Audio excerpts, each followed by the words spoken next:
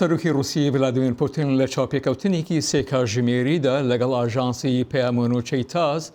دەڵێت رووسیا چەکێکی بەرگری بێوێنەی داهێناوە بێ ئەوەی نیازی هەبێت لە دەستپێکردن بە شەڕێکدا لەگەڵ هیچ لایەنێک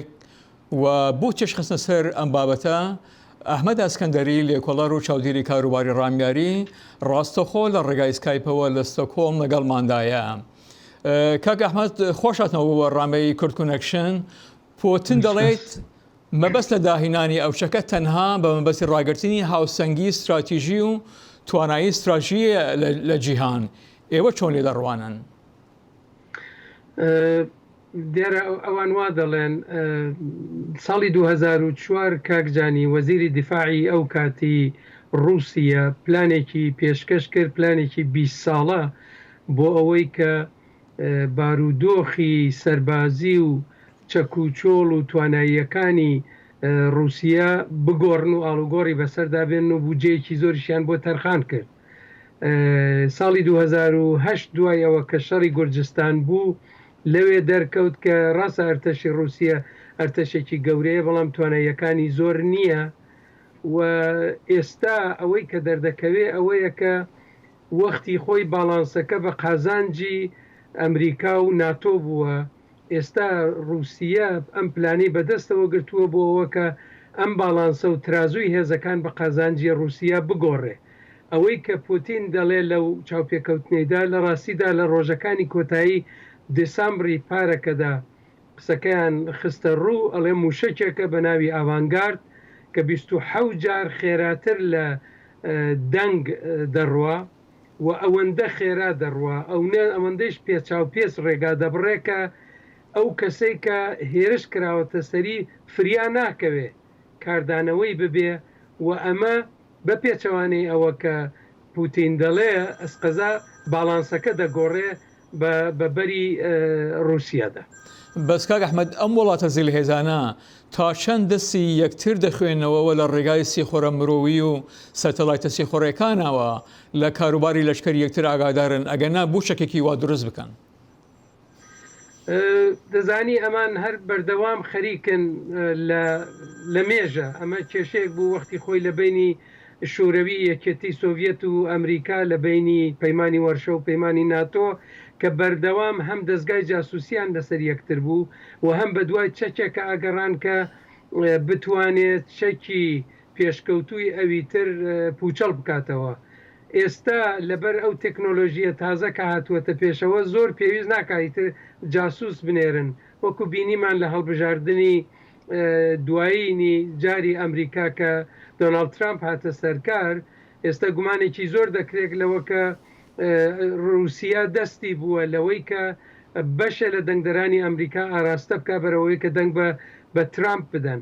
ئەمە معنای ئەوەیە کە لەباری تەکنۆلۆژیە هەردوولا هەم بەرەی ئەمریکا و ناتۆ هەم بەرەی رووسیا و لەو لاشەوە تەبعاً چین، ئەمانە هەمویان خەریکی کێبڕکێن لەوە کە لەباری تەکنۆلۆژیەوە بچنە ناو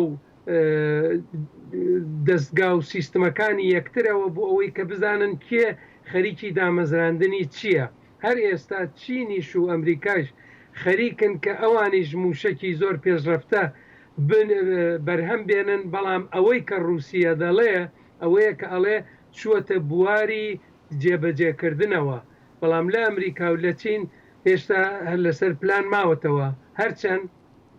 هیچ کەس ناتوانێت خۆ ئەو ئیمکانە نییە کە ڕاستیەکەی قسەکەی پوتینیش ئێستا بتوانین ڕاست بکەینەوە بزانین ئایا وایە یان نە. باش، بەس کاک ئەحمەد مەبەستی رووسیا زۆرتر هێز و بازونیشاندانەوە یاخۆت ڕاگرتن و پێشگیری لە شیانی هەر هەڕەشەیەک و ڕۆی لە کیە؟ بە بۆچوونی من ڕۆی لە دوو کەسە، دوو لایەنە. لایەنێکیان ئەوەیە کە ڕووبەدەرەوە ئەیەوێ کە هێزی خۆیان نیشان بدەن و بڵێن کە ئێمە چ لەباری تەکنۆلۆژیەوە دەتوانین پێشرفتی زۆر گەورە بکەین، چ لەباری دەسەڵاتی سەربازیەوە و دەسەڵاتی ئەتۆمیەوە دەتوانین کاری ئاوا بکەین و کەسانی دەرەوە بترسێنین لەوەی کە ڕوومان تێ بکەن و هێرش بکەنە سەر دەوڵەتەکەمان. ئەمە لایەکی تریشی ئەوە ڕوو بە ناوخۆی رووسایە. لە ناوخۆی رووسیا ئێستا لەبەرەوە ئەمە دوایین خولی سەرک کۆماری ڤلادیمیر پوتینە خەریکە ڕێگایەکە دۆزێتەوە بۆ ئەوە هەتا ماوە لە ڕێبەرایەتیەکی باڵای رووسیەدا بمێنێتەوە و پێیان دەڵێ کە ئەوە منم و لەژێر دەسەڵاتی مندایە کە ئەتوانین ئەم کارانە جێبەجێ بکەین و شتی وا گەورە بکەین هەم ئەم بارە ناوخۆیە هەم ئەو بارەی دەرەوەیش و بەڕوانینی جوغرافیاکە لە ناوچەکەدا چ مەسەلەی ئیدلیب و سووریە و چ مەسەلەی لەو لاشۆ ئوکراین و مەسەلەکانی تری دنیا وەکو بۆ نمونە ڤێنێزوێلا هەموو ئەمانە وای کردووە کە ئەم دەسەڵاتدارەتیە کۆمەکەکا بەوەی کە رووسیە بگەڕێنێتەوە ئاستێکی بەرز وەکو هاوتای ئەمریکای لێبێ و وردە وردە هەڵبەت وەکو هاوتایەکی چینیش بەڵام کێشەکە لەوەدایە کە لە باری ئابوووریەوە رووسیە ئەو بناغەیە نییە و ئەو تواناییە گەورەی نییە کە ئەمریکا و چین هەیەە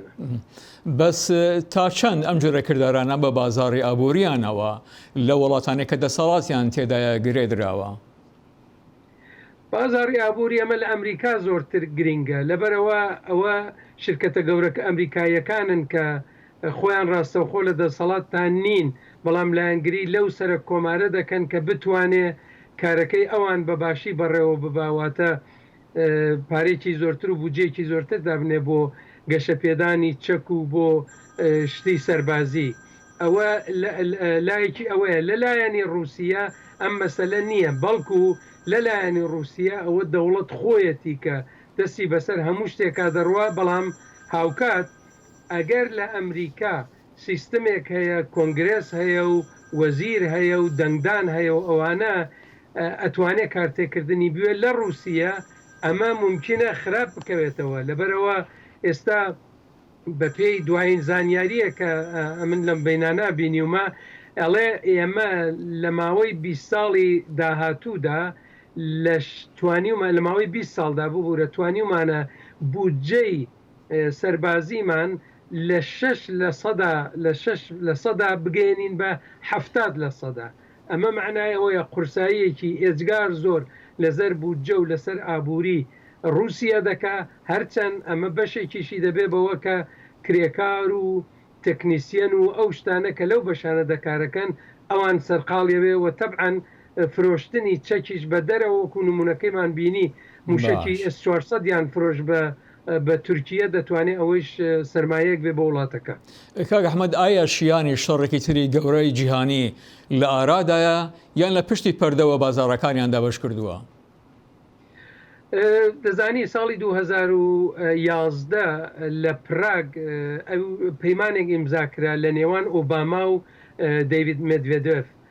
ئەو وەختە سەرە کۆماری رووسیا بوو. ئەم پەیمانە کە پێیان لە واقعا پەیمانی ستارت بوو ساتی پێشوو بوو لە بینی شوورەوی و ئەمریکادا بوو ئەم پەیمانە ناویاننا نیو ستارتێکی تازەیە بۆ 10 ساڵە ساڵی ئایندە ئەمە کۆتایی پێدێ جا ئەمە دەتوانێت ڕێگایەک بێ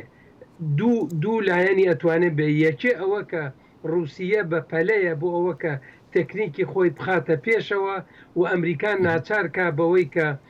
وازی لێبێنێەوە لە هێندێک جێگا دنیا پاشەکشەی پێ بکە یان ئەوەی کەلایەکی ببوورە بڵێ. کاک ئەحمەد ئەمە تا چەند لەسەر هاوڵاتیانی ئەو وڵاتانە دەکەوێتن لە ڕۆی